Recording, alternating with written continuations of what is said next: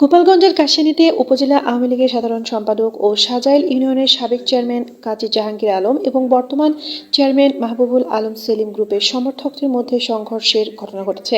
এই ঘটনায় একজন আহত হয়েছেন। আমাদের কাশিয়ানীর প্রতিনিধি শেখ মোহাম্মদ পারভেজ জানায়, গতকাল শনিবার 9:30টার দিকে মসজিদ থেকে তারাবির নামাজ শেষ করে বাড়ি ফেরার পথে কাশিয়ানী উপজেলার সাজাইল ইউনিয়নের কুসুমদিয়া গ্রামে এই ঘটনা ঘটে।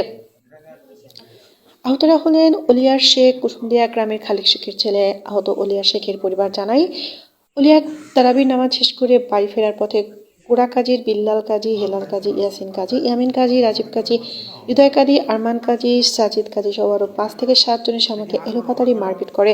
আমার চিৎকার এলাকাবাসী এসে উদ্ধার করে কাশিয়ানী উপজেলা 100 শয্যা বিশিষ্ট হাসপাতালে নিয়ে এলে কর্মরত ডক্টর গোপালগঞ্জ মেডিকেল কলেজ হাসপাতালে রেফার করে।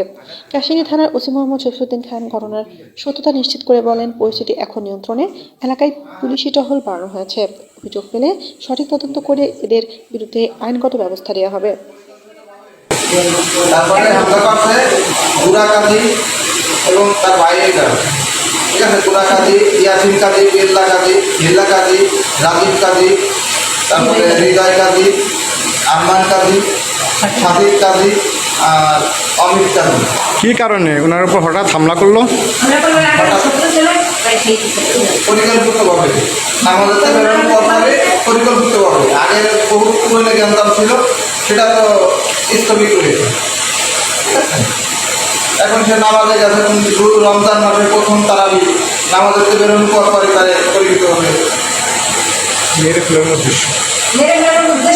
ফেলানোর উদ্দেশ্যে এই সমস্ত করছে। আমরা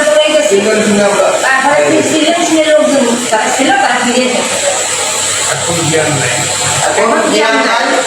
ঠিক আছে। এখনো জ্ঞান ধরে নেই, হয় নাই। এটা হলো কেন গতকালকে, এই যে গতকালকে আপনার সুমন নাম করে তার একটা ছেলে সাপ্তা মাদ্রাসায় পড়ে, সেই পড়ার নিয়ে সেই এই যে তার ছেলেরে মারধর করে আমাদের এই যে গ্রামের সানোয়ার নাম করে সেই ছেলেরে, বাচ্চা ছেলেরে তারে মারধর করছে এবং তারে সহায় দেওয়ার জন্য চেষ্টা করছে। এইটা সোর্স নিয়ে তারে উদ্ধার করতে যাইয়ে সেই জায়গাটা কথা কাটাকাটি হয়।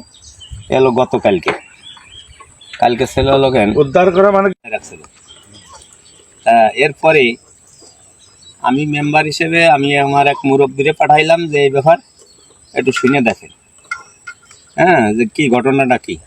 তখন সে বলল কি যে এই ব্যাপার, তোমাকে ডাকছে কিডা, ডাকছে কিডা এই কথা বলে আর কি আমার একটা বাইক আসলো তারে মারধর করে ঘুষি দেয়। তা দেওয়ার পরে ওই সময় ওই হাতাহাতি হয়েছে, হওয়ার পরে তার বাড়ি চলে আসে। এটা হলো গতকাল মঙ্গলবার দিন।